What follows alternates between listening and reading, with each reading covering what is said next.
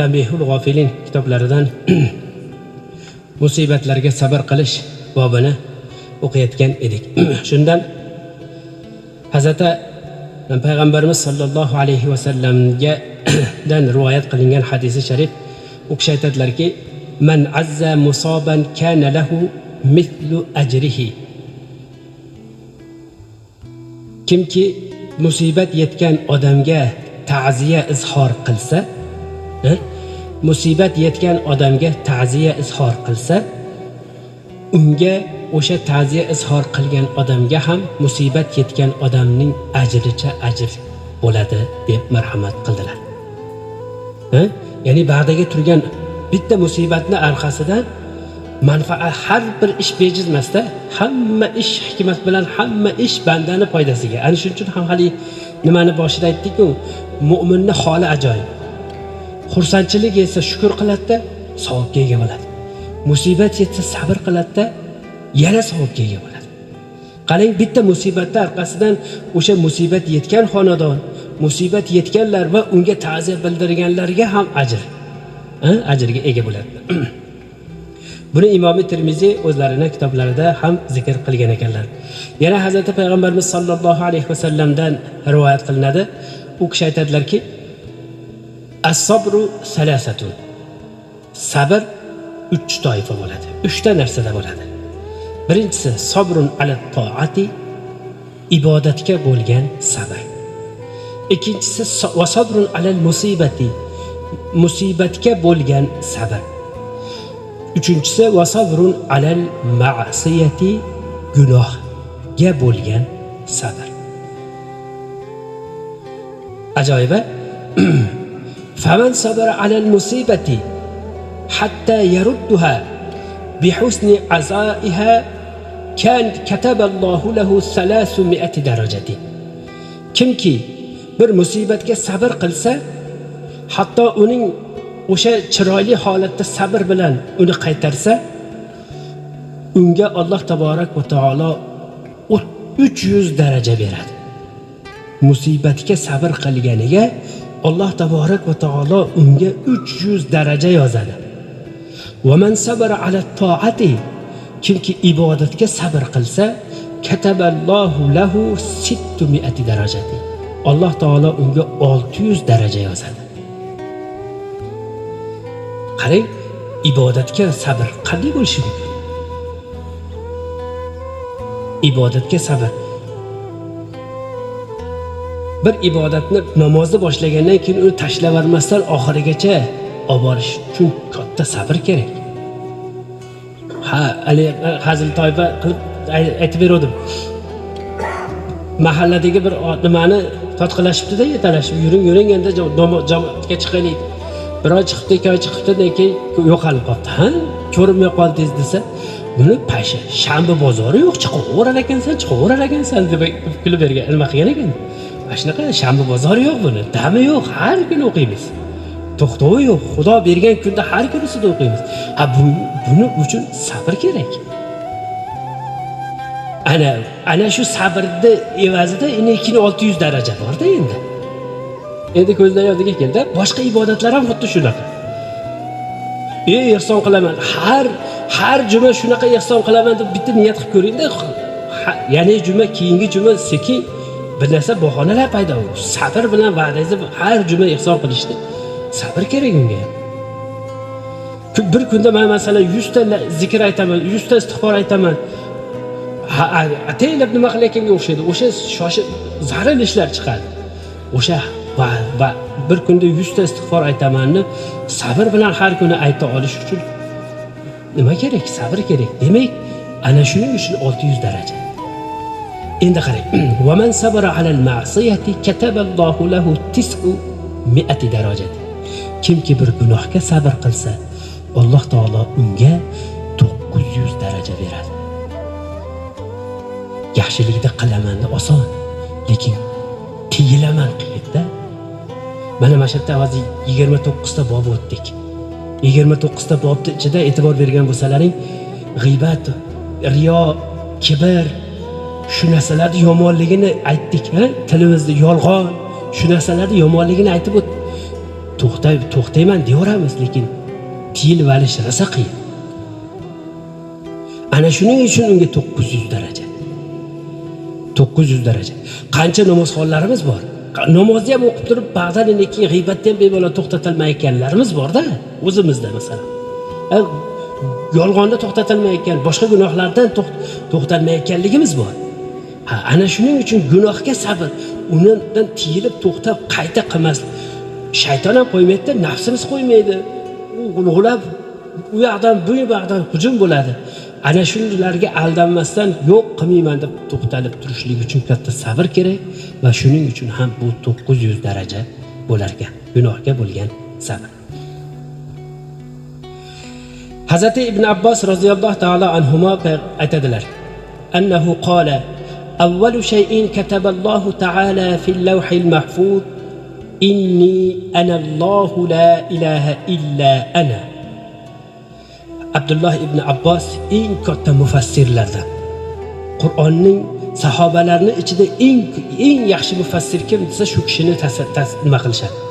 Olim odam bo'lganlar sahobalarning ichida Abbos payg'ambarimiz sollallohu alayhi vasallamga jiyan bo'lyaptilar. Abbos roziyallohu anhuning o'g'illari. Aytadilarki, Alloh taborak va taolo Lavhul Mahfuzga eng birinchi yozgan narsa shu bo'lgan. E'tiborlidami hammamiz uchun? Lavh bilamiz. Alloh taolo birinchi butun borliqda birinchi qalamni yaratdi. Qalam bilan yozilgani Lavhul Mahfuzni yaratgan va qalamga aytganki, yoz degan. Nimani yozay? Bo'ladigan hamma narsani yoz degan. Shuni qiziqda endi bizga hamma mana shu boshida nima bilan boshlangan? Nima deb yozilgan? Deganda Hazrat Abdullah ibn Abbos aytadilarki, inni anallohu la ilaha illa ana. Albatta men Allohdurman. Mendan boshqa ibodatga loyiq zot yo'q deb yozilgan. La ilaha illallohda, inni anallohu la ilaha illa ana. Ana yana shu la ilaha illalloh. Mendan boshqa ibodatga loyiq zot yo'q deb yozilgan. Orqasidan va Muhammadun rasuli. Muhammad esa mening rasulimdir. Va man istaslama endi bu Lavhul Mahfuzdagi narsa bo'ladi-da. O'shandagi narsa o'zgarmasligini bilamiz. Qanday yozilgan bo'lsa, o'sha taqdirda bu, bunday olib qarang, taqdirotimiz. Ana shuning uchun endi gap bundan bag'idagi gap taqdirot haqida ketadi. Va man istaslama liqada'i va sabara ala bala'i va shakara li ni'amai katabtuhu siddiqan. Kimki mening hukmimga taslim bo'lsa, meni chiqargan hukmimga taslim bo'lsa, men yuborgan baloga sabr qilsa, bergan ne'matlarimga shukr qilsa, uni siddiqlardan deb yozib qo'yaman. Va ba'athuhu yawmal qiyamati ma'a siddiqin. Uni qiyomat kuni siddiqlar bilan qayta tiriltiraman, dedi Alloh taolo. Endi va man lam yastaslim liqada'i.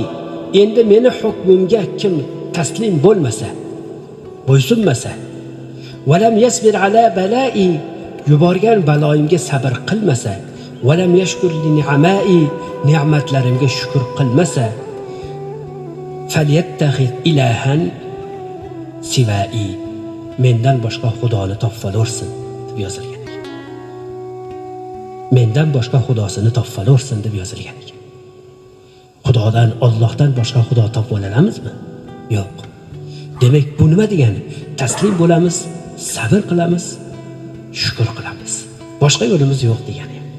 Boshqa bunday bandalik jihatdan bu tomondan qaraganimizda boshqa yo'limiz ham yo'q. Xo'p.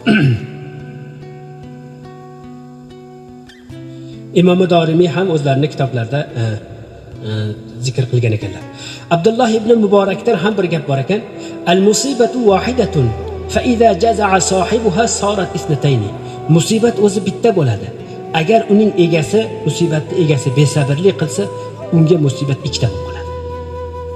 Musibat o'zi bitta bo'ladi, lekin egasini besabrligi sababli u ikkitaga aylanib qoladi. Ya'ni saratil musibatu isnatayn. Bittasi nima? Musibat ikkita bo'lib qoladi. Ihdahuma al-musiba. Uni bittasi o'sha yetib turgan musibat o'zi. Ikkinchisi desa zihabu ajril musibati. Musibatning ajrini ketib qolishligi. Bu katta musibat. O'sha musibat beriladi. Unga musibatdan keyin ajrlar, darajalar beriladigan edi. U besabrlik qilganligi sababli haligi narsadan mahrum bo'lib qoladi. 5 yil, 10 yil Koreyada ishlab kelib, bir tiyin topmay ketdi degan anaqa ishlar ko'zga olinganmi? Bitta tasavvur qilish uchun misol qilyapman-da. 10 yil qiynalib mehnat qilib ketdi-da, hammasini o'g'irlatib qo'yib ketdi. Topgan pulini 10 yillik daromadini o'shancha qiynalmadi, bas qiynaldi, mashaqqat chekdi, lekin hech nima olib kelmadi. Ko'ryapsizmi? Musibat o'zi bitta nima? Halinga besabrlik qilganligi sababli ajridan mahrum bo'lib qolishligi ikkinchi katta musibat ekan.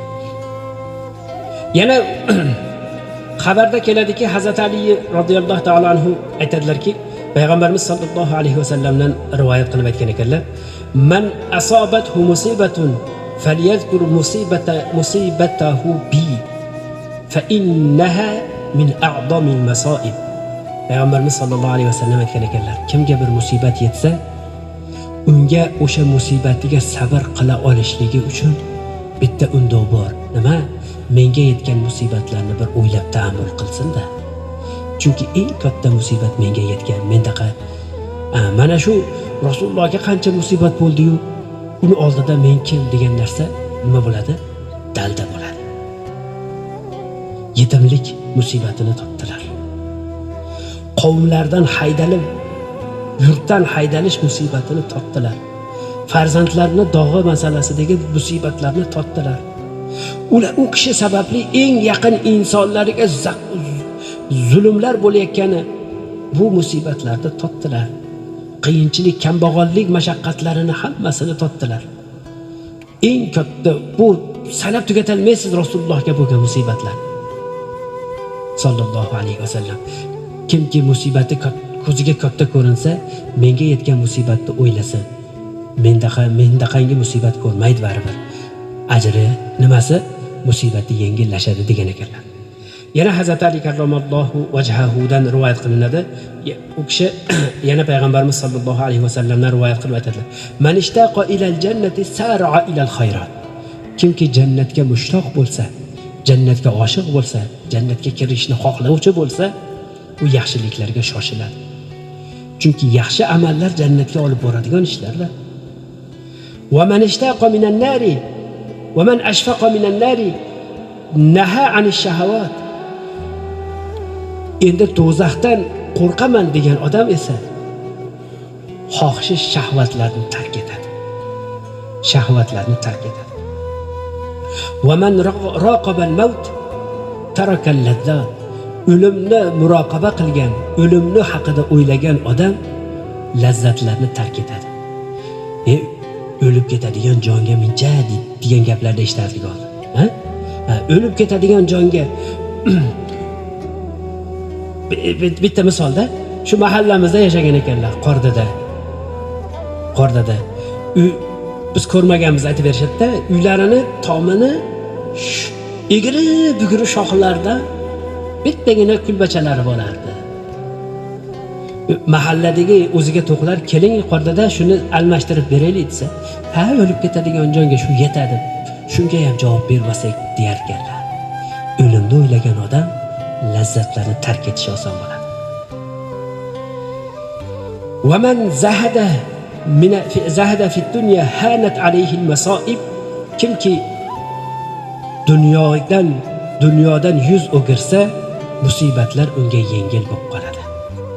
Dunyodan yuz o'girgan odamga musibatlar arzimas bo'lib qoladi. Alloh taborak va taolo hammamizga chiroyli